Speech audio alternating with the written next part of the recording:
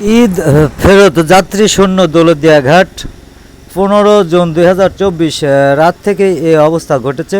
শত শত বাস পরিবহন দাঁড়িয়ে আছে, টার্মিনাল খালি পড়ে আছে দৌলতদিয়া।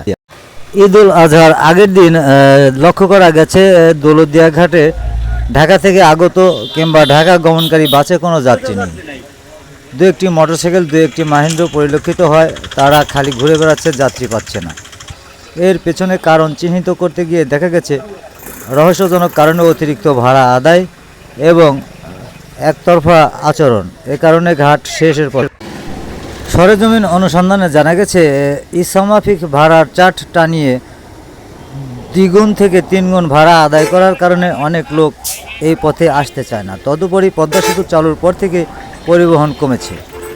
এদিকে এক শ্রেণীর অসাধু লোকের কারণে এবং বিআরটির নিরাপত্তার কারণে ইচ্ছাকৃত ভাড়া আদায় এর অন্যতম কারণ যাত্রী কম।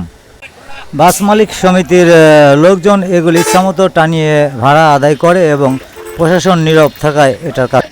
মাহেন্দ্র অ্যাসোসিয়েশনের পক্ষে চাঁদাবাজ খ্যাত জুয়েল নিজের স্বাক্ষরিত এক ভাড়ার চার্ট টানিয়ে অতিরিক্ত ভাড়া আদায় করে এবং এর পিছনে প্রশাসন নীরব থাকার রহস্য রয়েছে।